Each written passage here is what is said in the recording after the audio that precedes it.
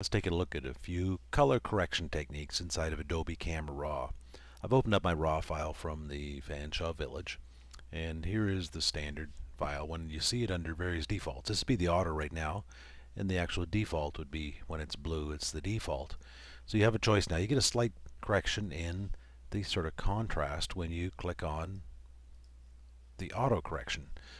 One thing you'll find is that RAW files always look a little dull. And that's exactly because they're sort of a straight line capture of just the values that are in the image. They don't have the built-in contrast and enhancements that you get with JPEG files. So one of the first things I do is come up to this little tab at the top here. We've already been through the tools. And this is your set gray point. If you hover over it, white balance tool it's called, but it sets the gray point. So I'm just going to click in the sky. Let's see what it does. It's warmed it up right off the bat. It's taken some of that coolness away that was there. I'm going to click on the cement and see what that does. That makes it a little bit cooler. Let's see if we can find a gray in the tires here somewhere. I'm going to click on there. That's not bad right there. I don't mind that. It's got a little bit of color in there, and it's set the tire as a sort of a true black point. Here, let's click on the black of the engine here. And that's set it there too. That's just about the same.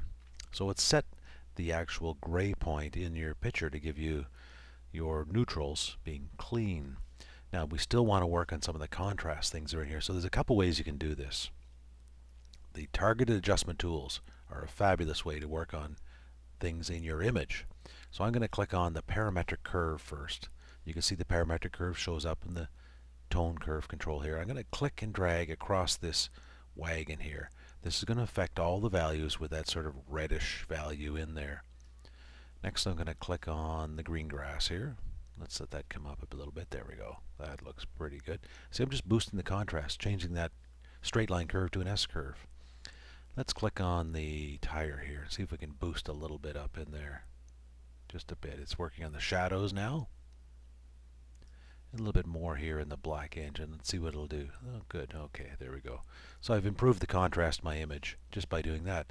Now if I want to boost the color in the hue, let's say this green grass, I click on the hue setting and drag across the green grass, and I can change it to a fluorescent green, but that's too much. Or I can knock it back so it goes into an almost a red green, but that's not right either.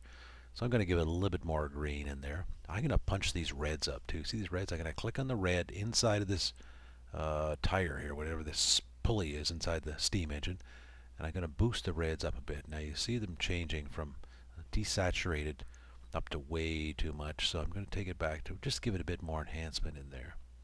Something along that line, right about there, let's say. Keep it nice red. That'll affect the color. Saturation. This will give you more saturation. Let's click on the green back here. We'll bump up or down the saturation of the greens. Let's take it out. Oh, there we go. Now we got some real George White and Sons tractor colors in there. And let's give the sky a bit more enhancement here too. I'm just going to click and drag on the sky. Let's see what that pulls up or down.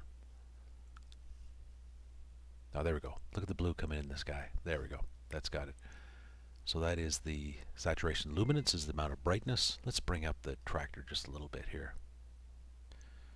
Just a touch here. Let's bring it up a bit more. Now I'm just playing with this. You can do this through a couple of other ones also. And there is the recovery. I'm just going to give this overall a little bit more contrast because I like a bit more contrast, a bit more clarity, and vibrance is the last one. Let's not overdo it. That's overdoing it. Let's take it down a touch. Now it looks like it's overdone. Say open image. This is going to open up the image inside of Photoshop now with those enhancements applied to it. Non-destructive. I can always go back to my base image, and I've got a much more punchy image than I had originally. Those are some base color corrections that you'll make right off the bat in Adobe Camera Raw.